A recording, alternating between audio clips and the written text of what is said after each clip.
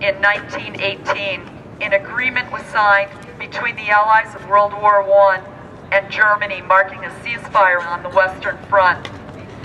The day was declared a national holiday in many Allied countries to remember those killed in war, and it was called Armistice Day. Armistice meaning a truce or peace.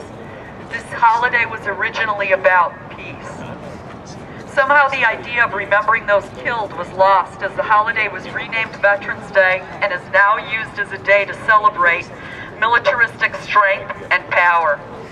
Young children yesterday lining the streets of the Veteran Day Parade were celebrating the militaristic, all of the weapons that went by.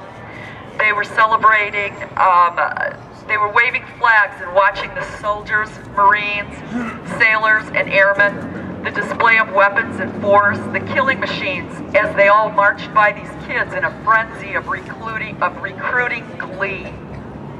These men and women in uniform, some children themselves just yesterday, used as cannon fodder for the military-industrial complex, are now recruiting their future replacements. And their parents smile at them as they're waving their flags and scream, USA! USA! Fortunately, there are still those who remember the true purpose of Armistice Day and take pause every year to remember those lives wasted on battlefields. They are the peacemakers, the veterans for peace, who have been to battle and experienced war with their own eyes and live with the horrors that never let go. The peacemakers, the families and friends of those sent to hell and back who know there is a better solution than war. The peacemakers, those who see past the mythology of war and false flag patriotism and dare to see what you are not supposed to look at in a war. The faces of those who die, who suffer, and have their life shattered and turned upside down in this moral inversion, this holy hell of war and death, ruined lives full of regret and sorrow. The history of the United States is a history of war, genocide, greed, and corruption. America. The word alone tells a story. Am, taken from the Latin meaning love, and Rico or Rica, meaning riches. Love of riches. Our country was named after our greed. We found Rica and Rico in the names of other countries too, like Costa Rica, rich coasts, and Puerto Rico, rich ports. But America is celebrating the beauty and richness of our coastlines or of our ports. We celebrate our love of riches and wealth. We are celebrating our greed. And it was greed that led to the discovery of this country. Greed fueled the ships and set out to discover the new land. But it really wasn't new, not to the people already calling it home. Not to the Indians whose land we stole and almost forced into extinction through genocide. And our greed hasn't stopped since, and we haven't looked back. Greed is insatiable, it is ecologically unsustainable, and it is unstoppable. The addiction to loving riches has brought us all here today, the 99% across the planet who have occupied the parks and the streets of this greedy, bloodthirsty planet and country. We recognize that to continue to feed the greed, we have to manipulate, we have to lie, we have to steal, and yes, sometimes we have to kill.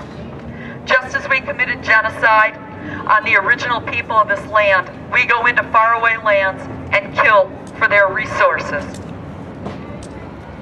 Our kids,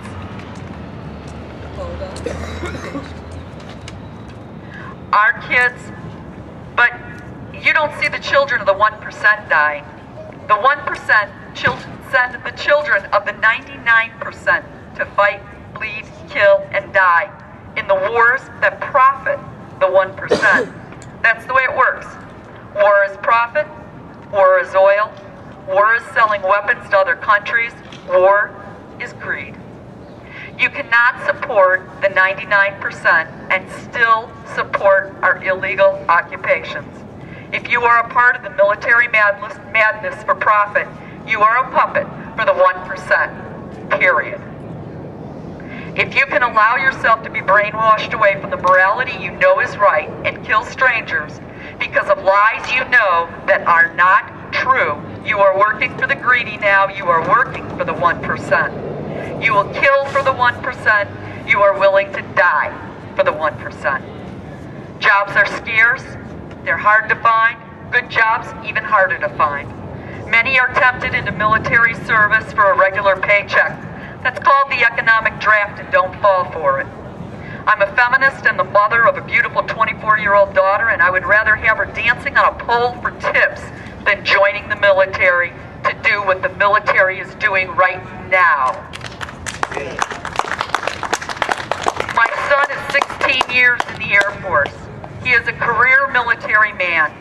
I would be the proudest military mom on the planet if I could say he was a war resister who refused his next deployment due to his sense of humanity taking him over in a pure moment of clarity. There are those amassing unbelievable wealth off these wars, while others are dying, suffering, and killing. About 4 million people are refugees, mostly women and children, forced out of their homes and into foreign countries because of our bombs, our destruction, and the death that our military forces have brought on them. And the rich keep getting richer. And the Americans keep loving their riches. Basically, I am sick and fucking tired of war, and I am just waiting for everybody else to agree.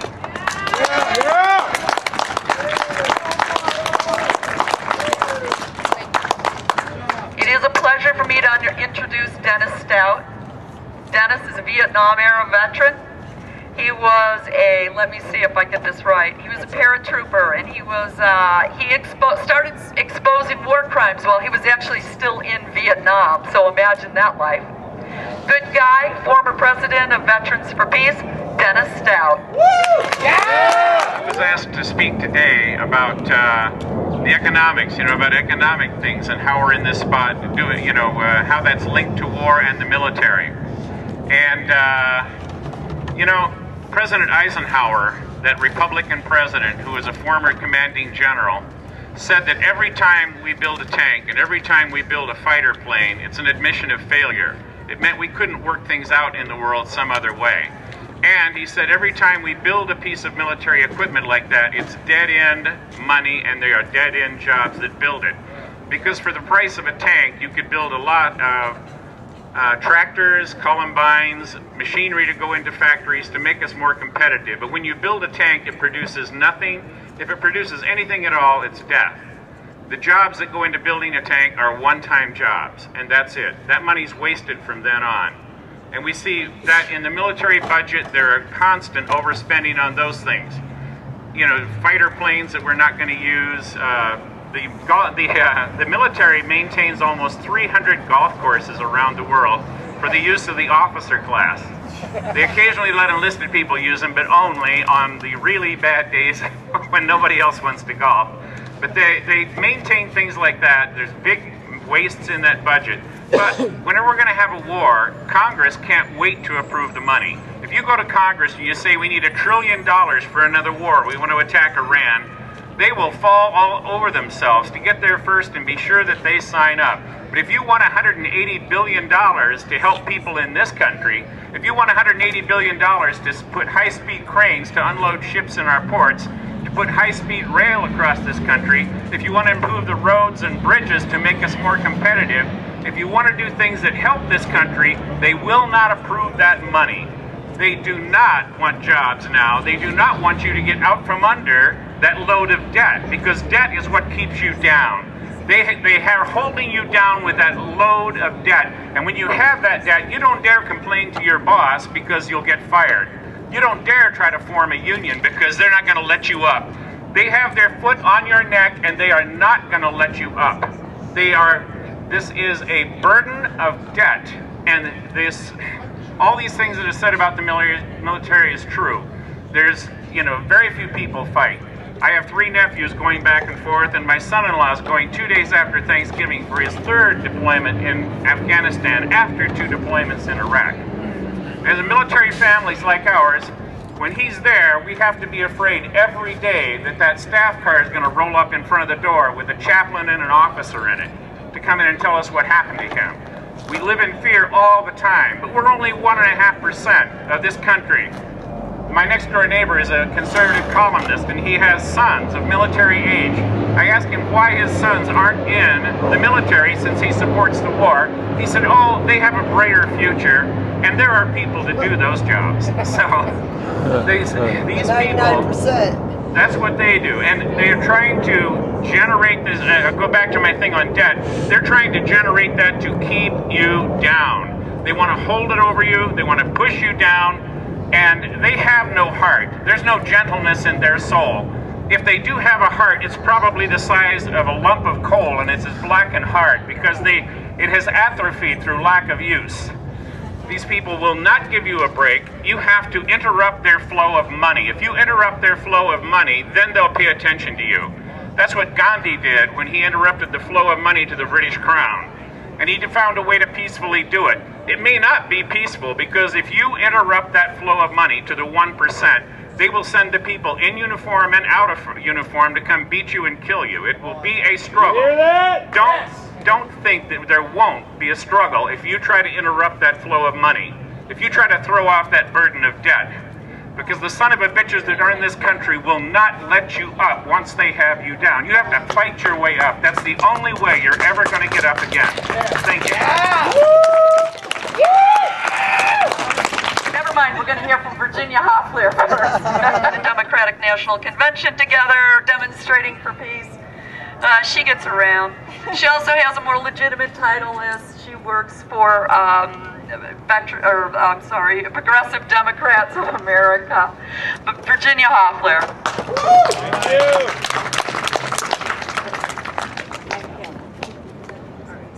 Hi. Thank you all for being here today. It's very important. Can hear you. Okay. Thousands of U.S. military veterans are joining in the rallying cry of Occupy Wall Street, saying corporate contractors in Iraq made big money while the troops defending them came home and can't make a living. Their unemployment rate is much higher than the national average and is expected to worsen. They worry about the preservation of our First Amendment rights, and they are angry. Last week, about 100 former U.S. military men and women threw their weight behind the Occupy movement and marched in the Wall Street area.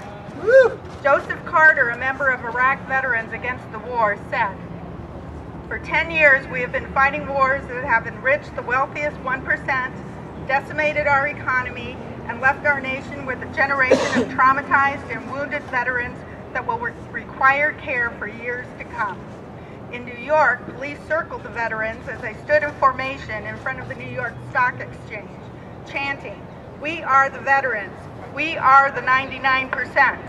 And corporate profits on the rise, soldiers have to bleed and die." They were marching to express support for Scott Olson, who was injured in Oakland. At the intersection of Wall Street and Broadway, they paused for a moment of silence for the Marine who served 2 Iraq tours and remains in the hospital.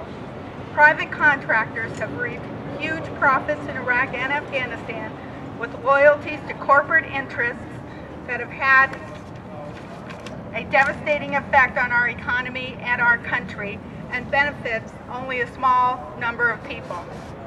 The 99% is taking a stand to correct the biggest income gap between the rich and poor since the Great Depression, fueled by Wall Street's overblown clout in Washington politics. Halliburton and Bechtel and other American companies receiving federal contracts for work rebuilding Iraq think these wars are great, but those who risk their lives fighting for their country have the right to protest economic policies and business practices that do not provide them a chance of finding jobs with livable wages when they come home. From 2008 to 2011, veterans' unemployment rose 5.1 percentage points, and the Department of Labor report shows that unemployment tops 20% among the 18 to 24-year-old veterans, compared to a national rate of 9%. Veteran unemployment will only worsen after 46,000 servicemen and women come home from Iraq at the end of this year, many wounded or suffering from mental trauma. Any successes this 99% movement accomplishes in making our country more responsive to the domestic needs of all Americans will be a step in the right direction in welcoming our veterans home. Thank you.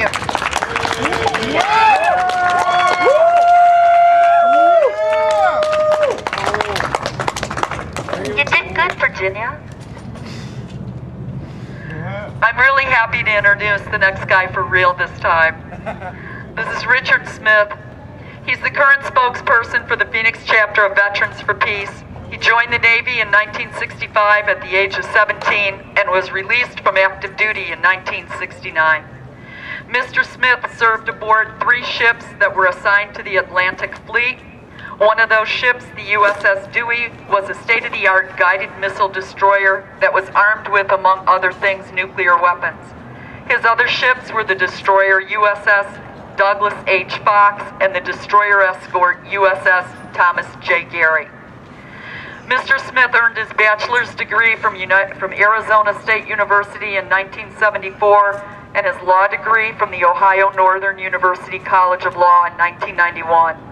He is a member of the State Bar of Arizona and the bars of the Federal District Court for the State of Arizona and the United States Supreme Court.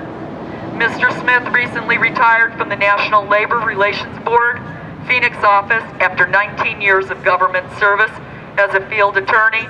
Please give a hand to Rick Smith from Veterans for Peace. Well, I'm happy to be here today as spokesman for the Veterans Phoenix chapter of Veterans for Peace. Thanks for coming out and supporting us. I have to tell you, until yesterday, I was trying to figure out what I was going to speak about, and as far as what fit in with the Occupy Phoenix. But I received an email message, being it's close to Veterans Day. I received an email message from a friend in LA, and that's what made the decision for me. My friend wrote that yesterday a conservative talk show host by the name of Dennis Prager stated on his show that in his opinion, when a man is in the armed services, it's one of the happiest times in his life. Well, I beg to differ with Mr. Prager. I hated the Navy, and so did all of my shipmates. So I'll use this opportunity to refute Prager's ludicrous assertion and say a few words about a few veterans, friends of mine, Bill Sawyer, Robert Douglas, and Billy Clark, who is here with us today.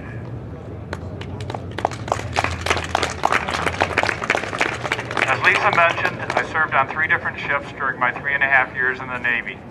The ship's company of those ships ranged from 200 to 375 enlisted men. And they were small enough to enable a crew to get to know each other quite well. I never knew one of my shipmates who ever thought of the Navy as the best time of his life. To the contrary, we all thought that it was the worst time of our lives. And this was so even though my ships never saw combat or came under enemy fire.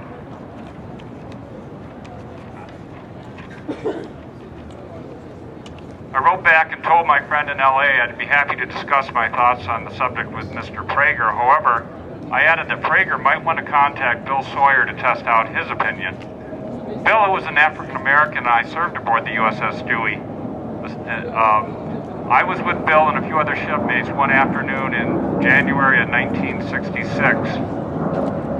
When and while we were in our dress blues that afternoon, he was refused service at a restaurant in New Orleans, Louisiana.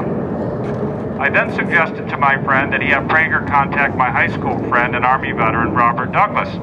But then I said, oops, he can't do that. Bob was killed in Vietnam in October 1967 at the age of 19.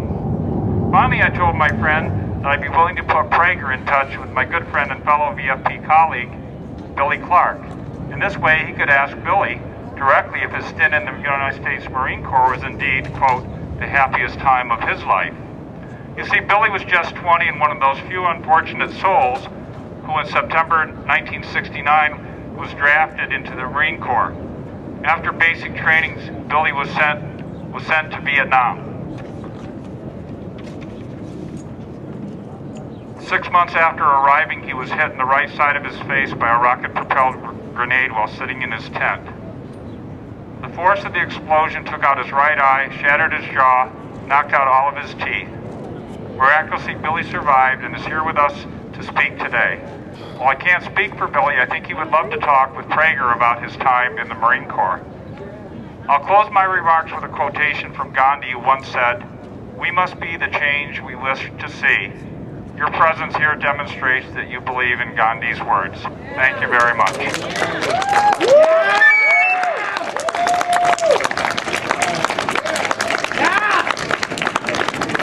come on up. Billy Clark, everybody, from Veterans for Peace. Thank you for all the comments, Richard, and thank you for that fine introduction that I wrote for you, Lisa. Yes, my name is Billy Clark. I'm a retired Marine Corps sergeant. I pretty much did the mark of the beast, 6 months training, 6 months NOM, 6 months military hospitals.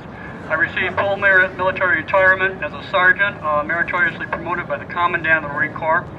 And in Vietnam, I lived in a quaint little village called My Lai. I went there in November of 1969. Richard was a little off on my training schedule. I was drafted in April of '69. And I got blown up on April Fool's Day of 1970.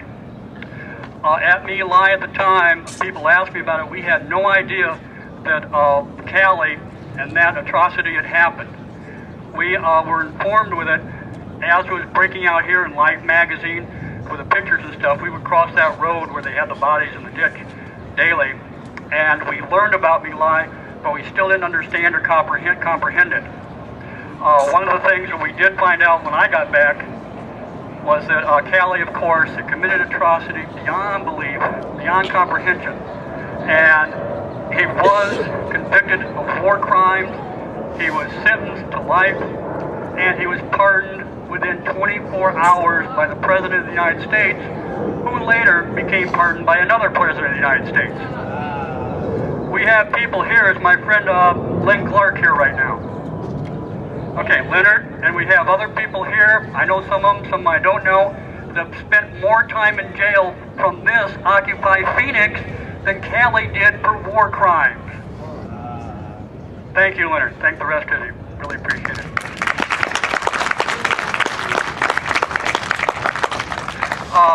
When I looked at to get an idea what to say too, besides just being pissed at something that I'll come off with later, I looked at the Occupy Phoenix page on the internet to see what was going on today, and I noticed there's going to be talks about how to treat your returning veterans from Iraq and Afghanistan as they come home. And I didn't have to prepare for that because I gave that talk on Iraq vets back in 1991. I was asked to give a talk to children on the war on the Iraq war and how to treat the vets and how to, be with your brothers, your sisters. So I went into high schools and talked with in Prescott Valley. And excuse me if I have some Rick Perry moments up here. And the students, one of the things I told them there, a couple things was, there are no heroes in war. I've never met any. I don't think anybody that is here has ever met a war hero. I've seen some in movies, but they're not real. But I have met people that perform acts of honor, duty, courage, and heroism almost daily, if not continuously. But the fact that they're in the military does not make them heroes. I'm not, and no one I've ever known is. But there are things done continuously that are tremendously brave, tremendously courageous, and we should treat the veterans as they return with tremendous respect, not as heroes, but as people who have done a job that is incredibly commendable, and thank them for that service. But it doesn't go any further than that, because we're just doing a job. Also, some of them, and some of you aren't going to like this, even though it's Veterans for Peace and that kind of thing, some of these guys have returned, a lot of them will be coming back monsters. They will come back in bad shape. They will come back hideously deformed, mentally, morally, spiritually, philosophically, psychologically, and some of them for the rest of their lives. And some of them won't make it through. They'll end their lives by their own choice with suicide. This is a continuous problem we have with wars, and it's worse with this one because they're coming home to a nation that knows that they are over there based on lies and fabrications by a family that wanted to have a war with Saddam Hussein. When I came back from Vietnam, from being blown up in My Lai, I came in a hospital plane from Japan to Alaska, then to Chicago. I came from the Chicago area, so I went to Great Lakes Naval Hospital. They try to get you as close as they can to your home when you come back wounded, so that you can recover and go home on weekends and help motivate you. a motivating job so I could have a weekend pass, the first one they gave me after spending a month being fed through my nose, breathing through my neck, and not being able to talk or communicate or even walk.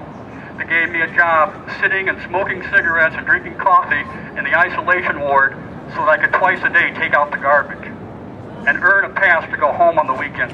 America loves, well, the military loves and respects our veterans, and the government does. But the plane, when we got to O'Hare Airport, we landed in the back of the airport and were put on buses, like school buses, but they were military ones, and we had all the windows boarded up so no one could see us. One of the guys came off the plane. He was in a little better shape than I was. He got down, got off the ramp, kissed the ground, and pulled out his camera and started to take pictures of O'Hare Airport and us coming off the plane. They confiscated his camera. They didn't want us seen. It was like you mentioned, they don't want these veterans seen. Like they don't want, it's not only the veterans who come back in body bags and in caskets, it's veterans like myself that are wounded and disabled. The face of veterans and the face is mine. I don't have to wear any medals or anything or any badges because I got the scars, and that's the true face of war, and I wear that part proudly because it's the truth.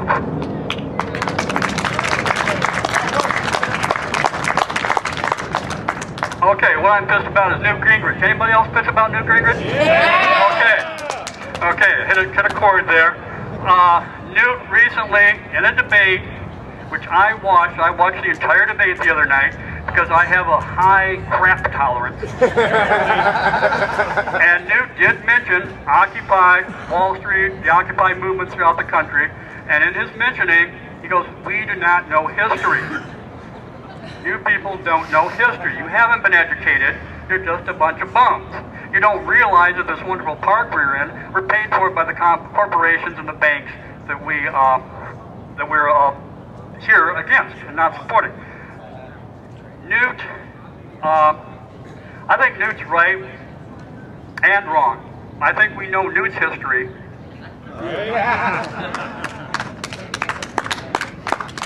And that's why he's not going to be the next president of the United States.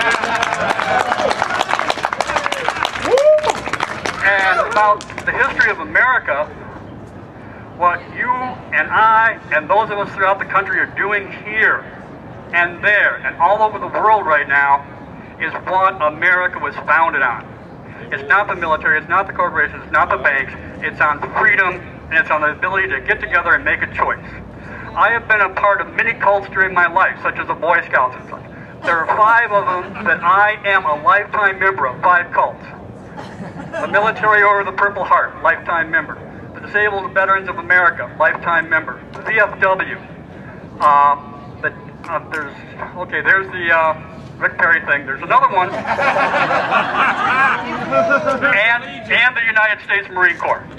Now, of these cults, 3 of those 5 cults gave me, the Vietnam Veterans of America. I'm also a life member of that.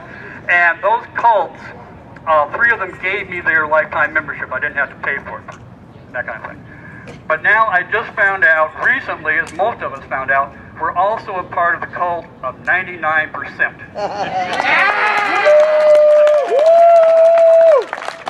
A veterans organization of which I am a member and a life member and a part of their cult, and the Marine Corps, are cults that I had to earn my way into one way or another. I was drafted in the Marine Corps. But the 99% membership to that comes with birth. And it's almost impossible to get out of that cult.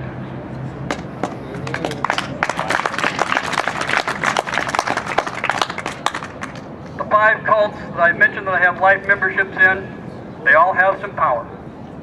The Marine Corps can come here and kick this cult's ass out. They're trained to do that. And they've done some great things, all of those organizations, during their time on the planet. But 99%, despite that incredible number, 99 to 1, has almost no power unless it's expressed by the way you guys are doing it. And if there's anybody that thinks me or anybody that comes out of the military is a hero, okay, that's your prerogative. But my prerogative In America, the heroes are right here and across the country, the people stepping up to the plate right now. Thank you very much. I'm very proud of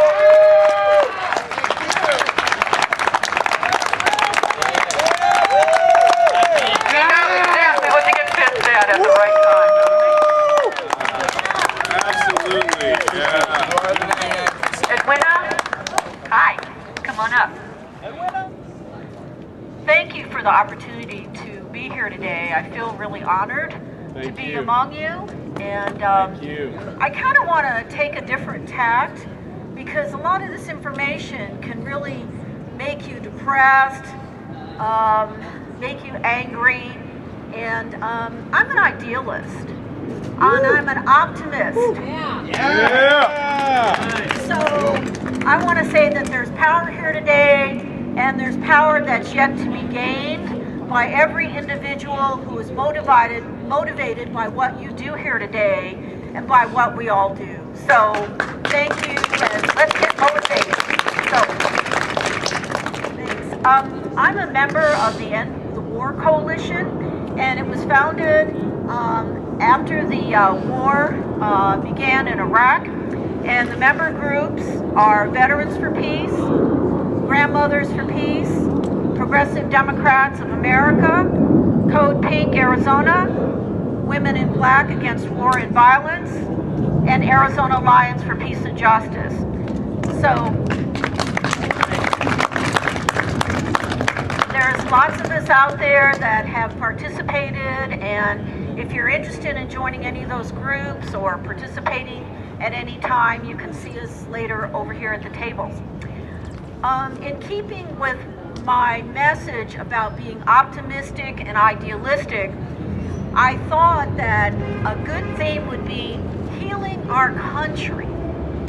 And so last night I was driving home from a gathering with veterans and supporters after the Phoenix Veterans Day Parade, in which we all had participated in the only anti-war entry in the parade. Veterans of Korea, Vietnam, the Gulf War, and Iraq were joined by members of the local anti-war movement, some women who were dressed in black with black veils to mourn the victims of war, soldier and civilian alike, in the wars of Iraq and Afghanistan.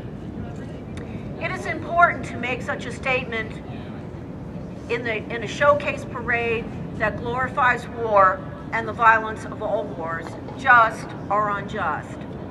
I was beginning to think as I drove about what I would say today that would be different about the commonalities between veterans and the anti-war movement. I had the radio on, and appropriately enough, was listening to a program about treating soldiers with traumatic wounds from the wars in Iraq and Afghanistan.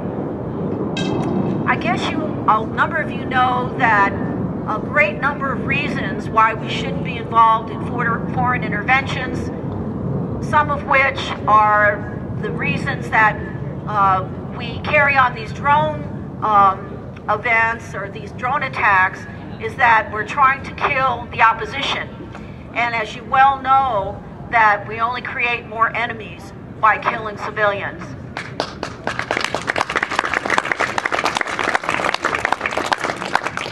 And obviously, since wars have begun, the percentage of civilians killed in war has dramatically increased.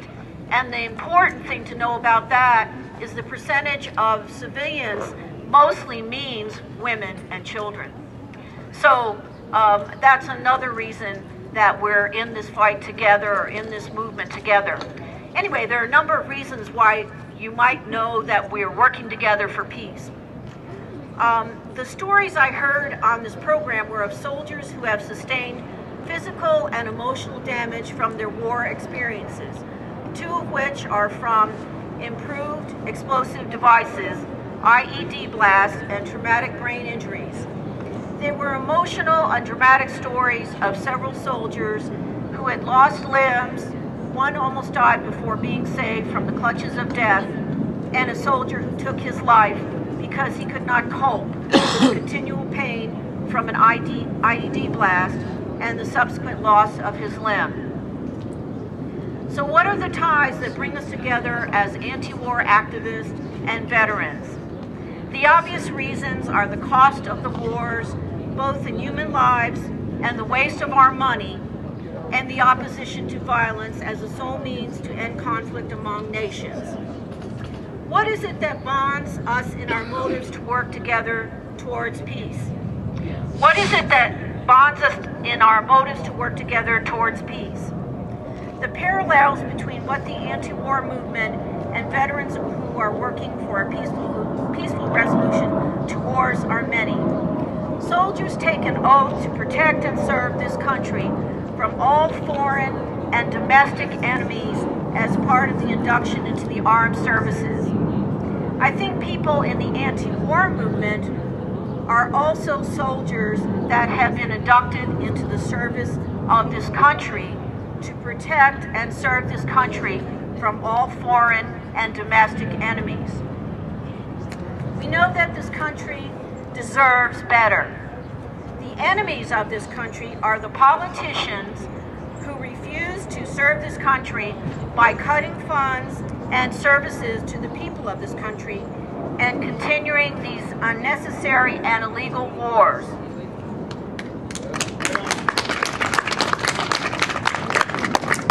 Many corporations have chosen to become enemies by the decision to move jobs, profits, and locate their businesses elsewhere, and thereby no longer think they have an obligation to this country.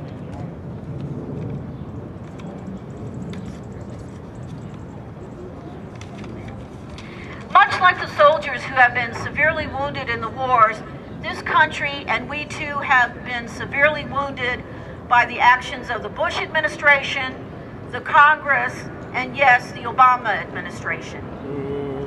The wars, the banking system, the healthcare system, and the environment are being attacked by corporations and a Congress that leaves us defenseless and bleeding. Much like soldiers who realize while they are fighting in the Middle East that in combat the only thing that matters is that you focus on saving yourself and those of your buddies to live another day. We are faced with the same situation, wounded on a daily basis by the devastating actions of a few, and that we have no recourse but to survive as best we can to live for the next day.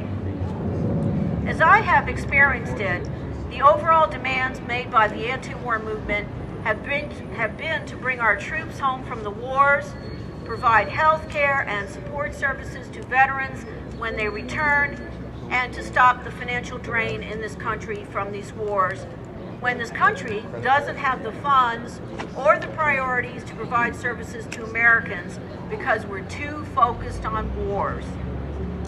Much like the medical staff in the military who save the lives of soldiers wounded in wars, anti-war activists are trying to heal this country, as are the veterans who are working for peace. It's the same situation with the Occupy movement as well. The movement has sprung up because people see that their country is wounded or dying from all the problems created by greed and war. You too are the healers because you are here, unpaid, sacrificing your time and your bodies literally from the comforts of a home, that is if you have one. Those in the anti-war movement have sacrificed much during the 10 years of wars beginning in 2001 with the response to 9/11. We have spent our money, given up family time, and sometimes literally put ourselves in harm's way through the actions of civil disobedience, sometimes which has resulted in injury and or jail time. As soldiers in the movement for peace, we understand part of the sacrifice that the soldiers make to this country when they join the military. I salute you as the Occupy movement who have recognized the war on the people of this country and the wounds, sometimes fatal on individual Americans, that have been inflicted. I hope that you will continue your service to this country, as this country needs you to be a healer and to secure a better future for all Americans. We are in a dire state, and I admire your courage. Thanks for all you do and for joining the movement to pursue a future of peace and prosperity. About the rape epidemic in the military. So I'll start with... Louder. Louder. Louder. Well, I'll start with talking about... Closer. Well, I'll start talking about what happened to me while serving in the Coast Guard. I was severely beaten and later raped by a shipmate. When I reported what happened, I was full of bruises and bleeding. Instead of being sent for medical treatment, I was locked up in the janitorial closet for my so-called own protection. I had to continue working with and lived on the same floor as my rapist for a few months. The military determined that I should have expected to be raped because I was the one that chose the career that is for men. My rapist confessed to the rape and was never charged, and he left the military with an honorable discharge.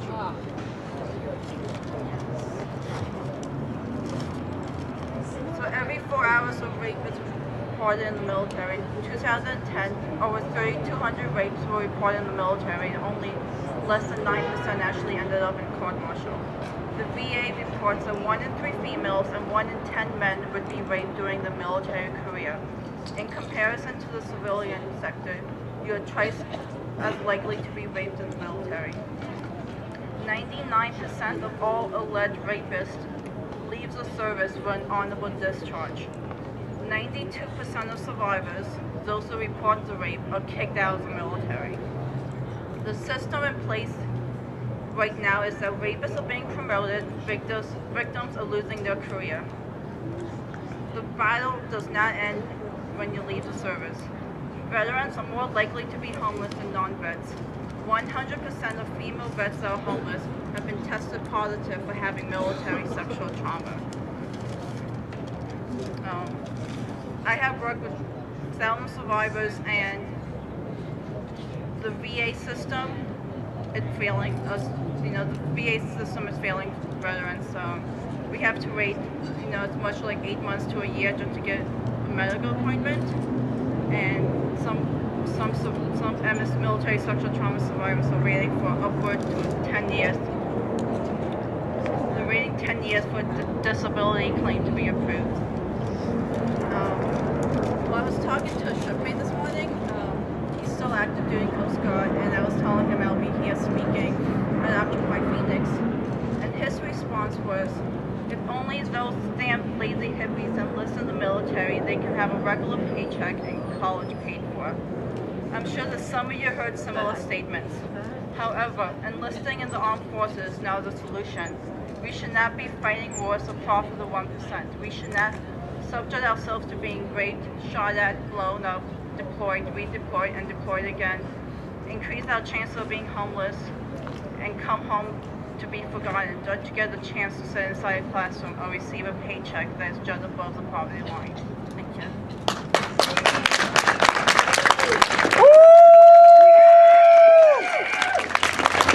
I have started the Military Rape Crisis Center. There is a Military Rape Crisis Center in Boston. He spends a lot of time here at Occupy. Leonard Clark, Lenny. First of all, I want to give a big thank you to the veteran that just spoke. I would hope to have 1/10 of the courage that she has to get up here and to do what she's doing. I mean, today when you've got presidential candidates besmirching and berating people who are being degraded because they come out and tell what's happening to them, that takes a lot of courage, so I thank her.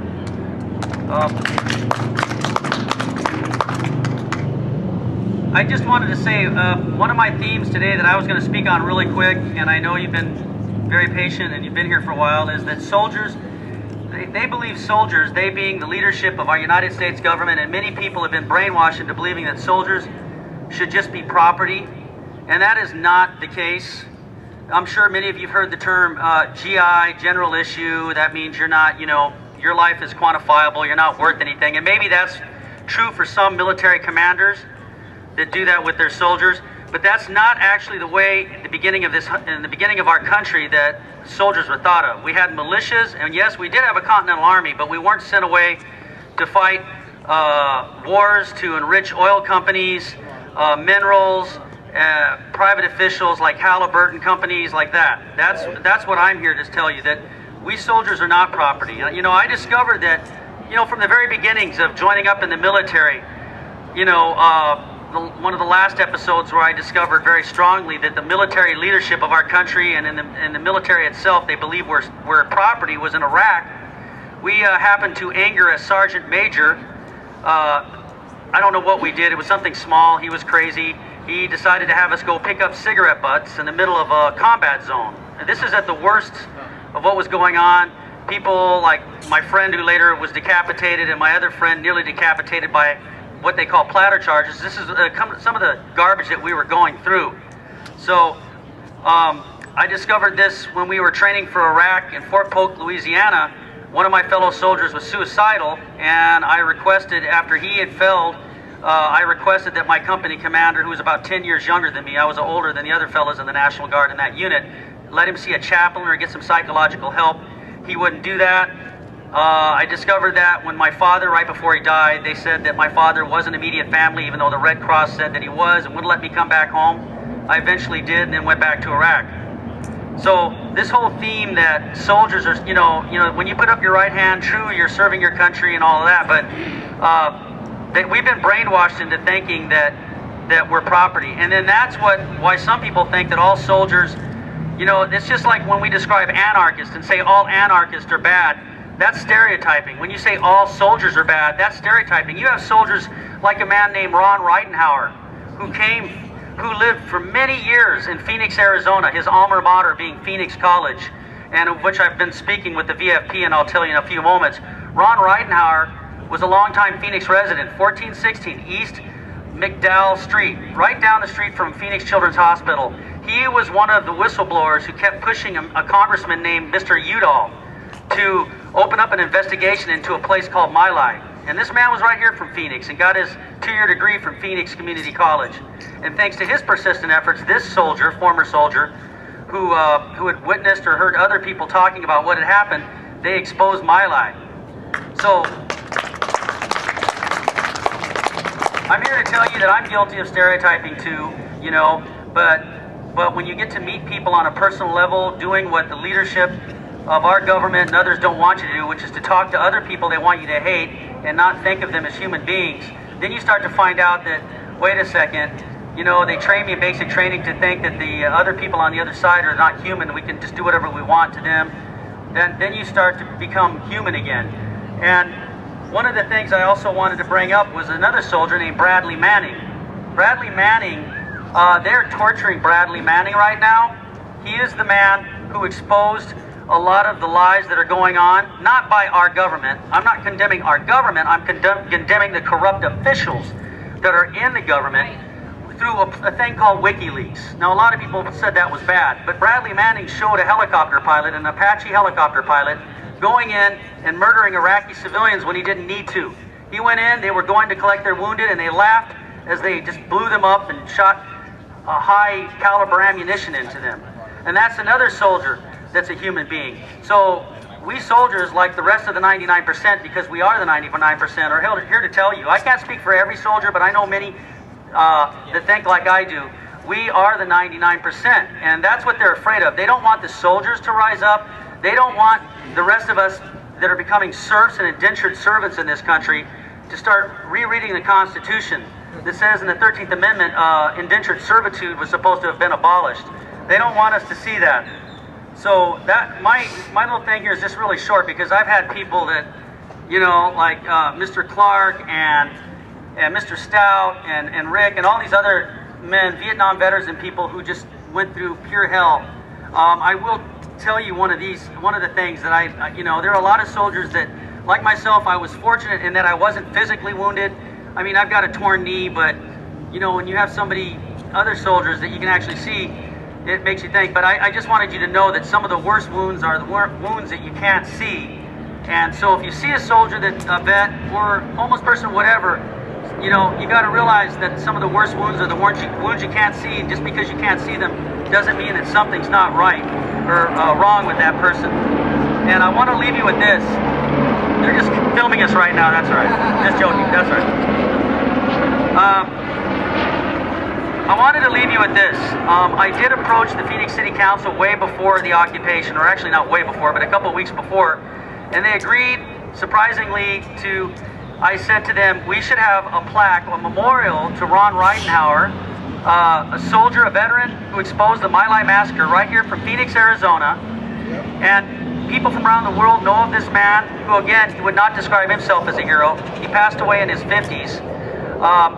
A man who exposed this horrible thing, and people could look at Arizona and say that it's not just about racism, xenophobia, and hate coming out of Arizona, but a peaceful occupation movement, people like Ron Reitenauer who exposed the My Lai massacre, showing that not all soldiers are like a few of the monsters that did what Lieutenant Calley did. So I've already talked to some people from Veterans for Peace, and after this, I'm leaving it in their hands. I started a Facebook group. We're supposed to appear before the Veterans Commission for the City Council of Phoenix sometime in January, and I will assure you that I want to leave it in the hands of the Vietnam veterans who actually were there, and I want them to give the presentation to the Veterans Commission of the Phoenix City Council and tell them why it is so very important that people from around the world, from our state, children walking by every day, wherever they put the plaque, maybe by where he lives, right there on McDowell Road, saying, wait a second, this man exposed what happened. So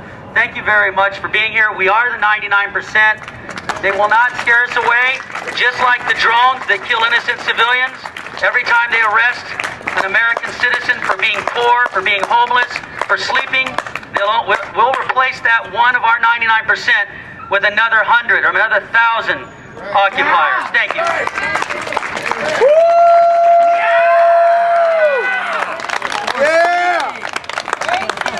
I just want everybody to know that all of these veterans, IBAW,